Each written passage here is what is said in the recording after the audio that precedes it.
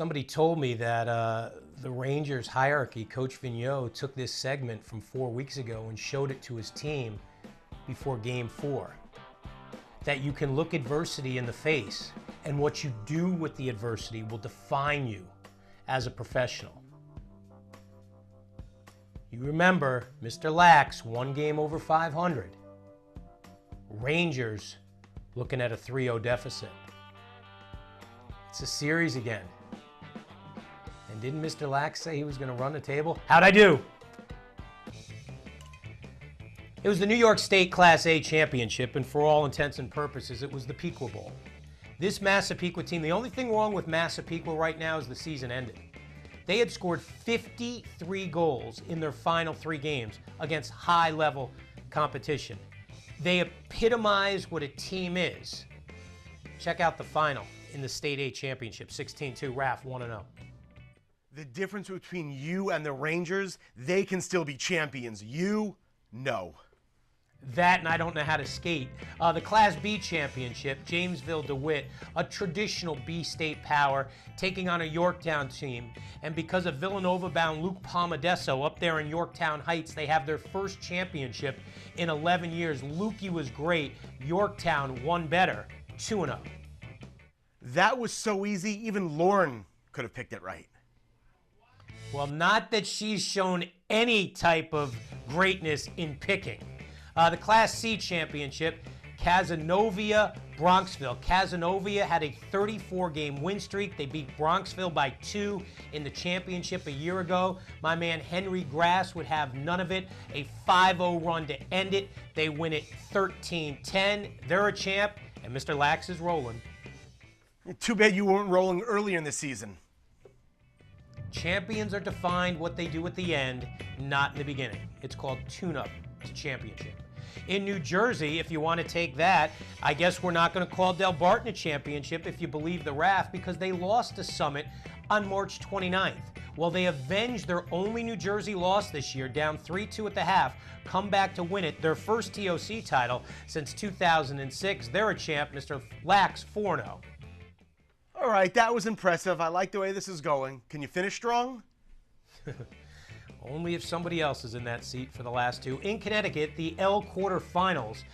Fairfield Prep had handed Greenwich, aside from losing to Darien twice this year, their only loss this year, 12-11. Even without the great Kyle Foote, I liked the Cardinals to win this game. They did. They hung on to win it 9-8, 5 in a row.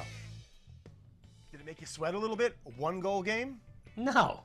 Mr. Lax doesn't sweat. He should be doing deodorant commercials. And in one of the other quarterfinal games, Simsbury, the number 1 seed, we told you that McNulty's Wreckers were going to the championship.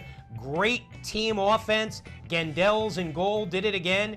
They beat them by a touchdown. Another perfect week for Mr. Lax. I have to admit, I'll give you the best compliment I can. You're a great finisher. I thought you were going to say I'm leaving. So there you go for the week. 6-0, 100%. If I'm not mistaken, it was just 4 weeks ago, and we sat at 51.2%.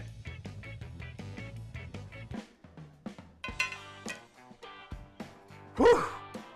3 left. 3 left to pick. The Connecticut semifinals Wednesday night. They played them. Everybody's moving on.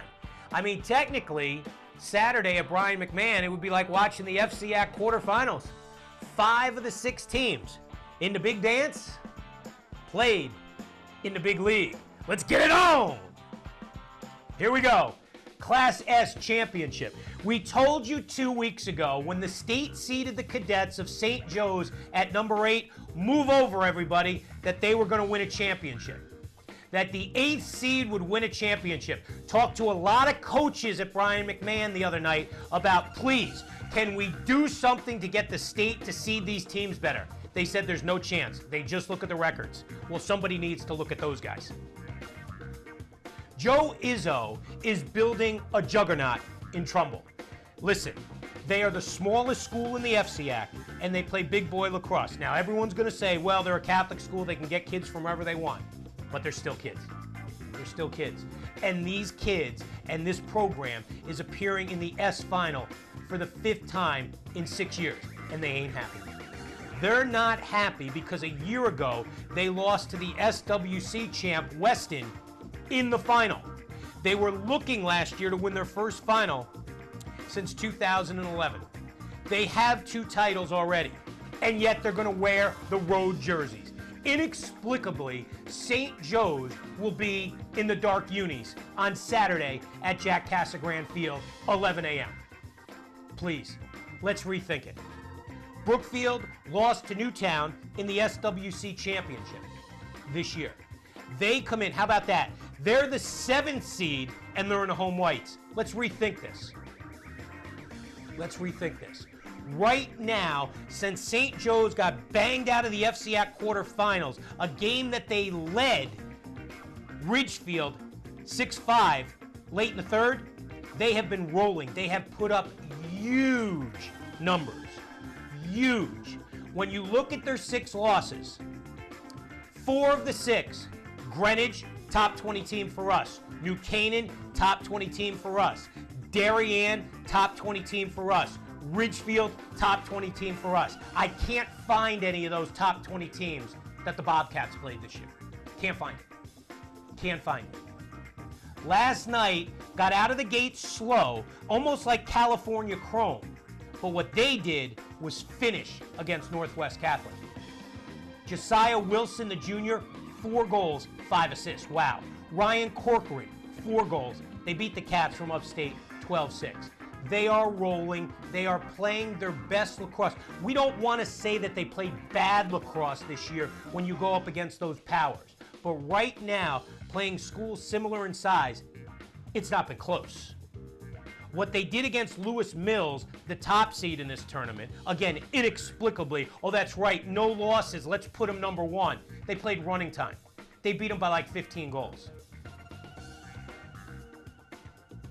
Make room up there in Trumbull because another banner's coming to the gym. Put a face on the Cadets. Izzo's Cats are going to win their first title since 2011. So I'm standing there right next to the fence last night, and I see a coach with a big old smile running my way. I thought he was coming to see me. I think he was going to the bathroom, but he stopped. Coach McNulty. Oh, he's loving this Staples team. He's loving this team. Why not? They're healthy. They're having fun. They're not about I. They're about team. And they're playing that way. Do they have one more in the tank? Let's get it on! You know every week, Mr. Lax, blah, blah, blah, blah, blah, has a new favorite player. I found a new favorite player for the week Wednesday night. This junior, number 13 for Staples, the pole going to UMass, Isaac Paparo. Wow! This cat is the Energizer Bunny. I found myself going through my rosters to make sure there weren't 3 number 13s in the blue and white last night. Not just one kid, but you could see why McNulty loves him. Absolutely, and he loves this team. He loves this team. Earlier this year, Staples, and they're rolling now. Remember, Mr. Lax gets into losses, okay? He went gaga about that heart-wrenching 8-7 loss to New Canaan in the FCAC quarterfinals. Right there, he announced that McNulty's Cats would be a factor down the stretch. And they have been. Talk about seeding St. Joe's incorrectly and seeding the Class S incorrectly. How about seeding Staples at a 9? At a 9. Come on. Took on Simsbury, we told you that, in the quarterfinals. They beat them by a touchdown. They were the 1 seed. Last night against Amity, give the kids from Orange credit. Boy, they played a gutty game. I didn't think the game would be close. And then Patty Leash and John Pasilio, they had to do some special things to erase a 5-0 run by the Spartans. They go on a personal 4-0 run. Leash with the decider, a steal out of the stick, shoot and score. Dartmouth getting a dandy of a player in this kid, and a great young man. A great young man. They come back to win it 8-6. This is a team earlier this year on April 22nd when they lost to Greenwich 5-3. They were not at full health. And this Staples team, coincidence? I don't know. But with sophomore Michael Reale, number 29, running around doing so many special things, and he had big moments against Amity, different team. Different team. Their defense is tough. They beat you up, they attack you, they run with you. I like them. I like this team a lot, and I've gone on and on about the goalie, Cole Gendels. A terrific, terrific player. Going to play college lacrosse at Union a year from now. Goalie matchup in this game, wonderful. Tommy Rogan, Jr., very good for the Cardinals. Very good. When you look at Greenwich right now, you're like, wow, they have a whole bunch of number 3s on this team. Well, that's in honor of their captain, Kyle Foote, the wonderfully skilled player going to Loyola, who ruptured his Achilles in the loss to Darien in the FCAC championship. He wears number 3. Now everybody does in warm-ups. It's pretty cool. It's pretty cool. When you look at Greenwich, what they did to get to the championship and what they did during the season, their body of work, Ridgefield is glad the season's over. They played Ridgefield 3 times. Beat them in 4 overtimes, beat them in 1 overtime, and beat them last night by 2, 7-5. The game wasn't that close. If you look at this Greenwich team, they have wonderful balance. The Perry brothers, Cole the senior, Will the sophomore, they were great, great. Number 9 and 10 against Ridgefield last night. Wonderful performances, wonderful. Curran, Finneran, Paradise. We've gone on and on about this Greenwich team this year. 3 losses on the season. 2 to Darien, 1 to Fairfield Prep, which they avenged, hanging on in the quarterfinals. Up 9-3, hung on. Buckley's kids get out of Cardinal Stadium, 9-8. Hard game to pick.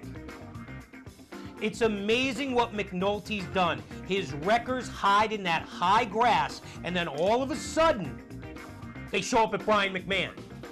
2nd year in a row, the Wreckers playing in the L Championship. They lost last year to Fairfield Prep. They're there again at 15-5. 5-3 loss earlier this year, as we said. In Disney, they would write about this team and this coach, who is just a wonderful, wonderful human being. And these kids did great things at Wilton High School, came to Staples, and has built that program. Has built that program. This is going to be a fun game. It's the 1:30 game at Jack Casagran Field. And Staples has indeed built the program. They're just not hanging a banner. Put a face on the Cardinals.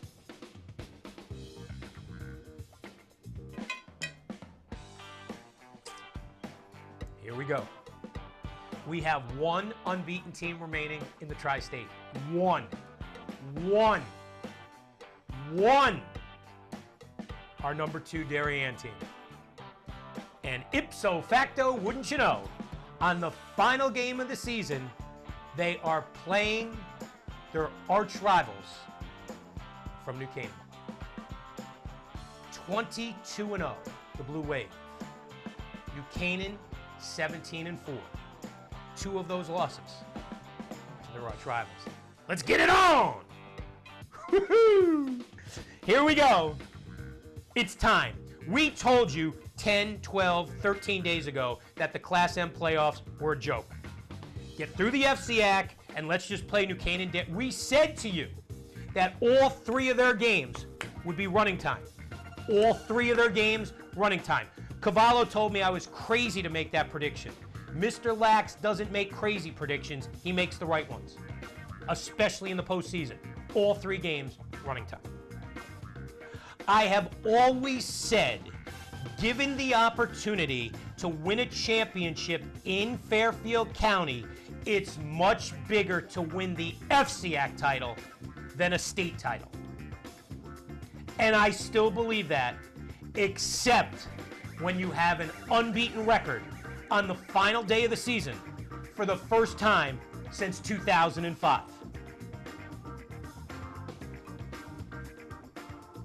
That year, Braemeyer's boys went 23-0. 23 games, 23 wins. This team can do that. They can do that.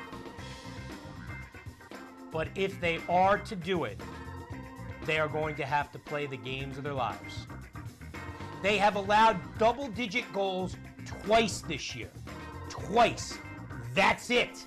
That great defense, Hufford in the goal, the Yale bounder, have played great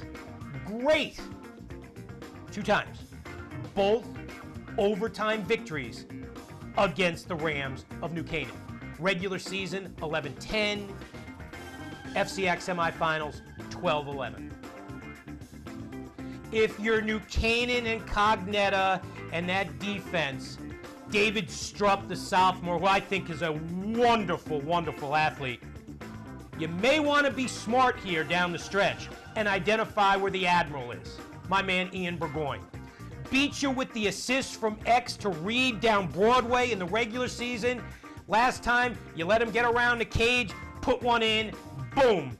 Go home, everybody. Go home. The Admiral has sunk the Rams the 2 times they've played this year. Darien, we told you, last year, an uncharacteristic, lost more games last year they probably had in the last 8 years. 12-8. And the thing that hurt most of those 8 losses, 2 of them were against the red and black. And that does not sit well in blue and white country. Does not. They don't like anything about New Canaan. New Canaan doesn't like anything about them. That's why, if you're a football fan, you love the fact, and New Canaan will go on and on and on and telling you what a great football season it was. It was great, but it wasn't beyond special. Because why? On Thanksgiving Day, when New Canaan had an unbeaten season going, they lost to their rivals, Darien, upset their only loss of the year in 15 games. And now many of those kids who run around with the oblong ball now run around with sticks, and they'll face each other again. And wouldn't you know, the roles are reversed. Darien, unbeaten. New Canaan, a chance to win a state title. Watching that overtime loss and the Rams up 11-8 with 8 minutes remaining in the FCX semifinals, and what you saw was an inner fortitude that says we are a champion at Darien. They wouldn't be denied. Matter of fact, the last time the Blue Wave has been tested was in the FCX semifinals. Rolled through Greenwich in the championship. Jumped them 6-0, ball game. Over. 11-6, window dressing at that point. It was 6-0, ball game. Have not been tested in their last 4 games. New Canaan has not been tested in their last 3 games. These kids want to play this game right now, just so the fact they don't have to practice anymore. These practices, the last 11 days, have been the most intense these guys have ever had on a lacrosse field. We ain't going to sit here and tell you that football practices are less intense than lacrosse. Not happening. Anybody who tells you that, they're out of their mind. But I know Buzzio has been working these guys incredibly hard. Braemeyer, same thing. Matter of fact, you know the magnitude of this game is off the chart when both teams win in the quarterfinals and the coaches are talking about the other team before they even play the semifinal. Big game. Who does that in sport? New Canaan and Darien. Death and taxes, you knew this was happening. There was no doubt about it. There was no doubt about it. When I saw Buzzio after they lost that heartbreaker 12-11 in the semifinals of the FCAC, I said, how's your practice going to be tomorrow? He goes, it will be the toughest practice we've ever had here. Ever. Buzzio won a state FCAC title in his first year. Did not win a state title last year. Did not. Maybe looking past Barlow last year, Barlow beat him. The Falcons beat him 5-4. Didn't look past him last night. Rolled him 15-1. Meichner doing his thing. I'm telling you this right now. These college coaches are out of their minds because Justin Meichner is as good as anybody around. He is absolutely wonderful. He was banged up last year, didn't get a lot of playing time. Meichner's a guy. Stanton, you know about him. Okay? Nader, the goalie. Again, this is a great, great matchup between goalies. Nader, Hufford. Told you about Cognetta. Okay? Can't let Lindley start running around if you're New Canaan, contorting that body of his and making these crazy shots. You got to find him. Best way to defend Lindley, don't let the cat get the ball. Because he's as good as anybody we've seen this year in the tri-state in front of the cage. Hard to defend a guy who he doesn't know what he's going to do with the ball when he gets it. He's that good. How about Mike Krause? Going to Virginia, junior, has had a good year. Kind of get a sense that Krause is about to do something special. Saturday, 4 o'clock. Teddy Bossity, football guy, had to kill him to lose that football game on Thanksgiving. Had to. The Darien defense in this game, as great as they've been all year, is going to have to play at another level. Have to play at another level. The final game of the Lacrosse season, the final game, will have unbeaten Darien against 4-time beaten New Canaan, with 2 of those losses in overtime to Darien. Woo! Mr. Lax thought he knew 2 weeks ago who was going to win this game. He got in his laboratory, did a couple of little things in preparing for this segment. And what Mr. Lax thought 2 weeks ago still sticks. Put a face on the Rams! Darien's unbeaten season will come to an end at about 5:50 on Saturday in Norwalk against their arch rivals. Oh boy. I'm supposed to have lunch tomorrow with my man Peter Graham. I wonder if he will still show up. I think he will. But maybe I'll bring protection. You know it always gets antsy about this. Who will Clark pick to be on his first and second team? I will say this Darien New Canaan game, the team is almost put to bed, but there will be implications from this Darien New Canaan game that could affect the first or second team. Oh boy. At the beginning of the year, they hated Mr. Lax in Darien. They hated him.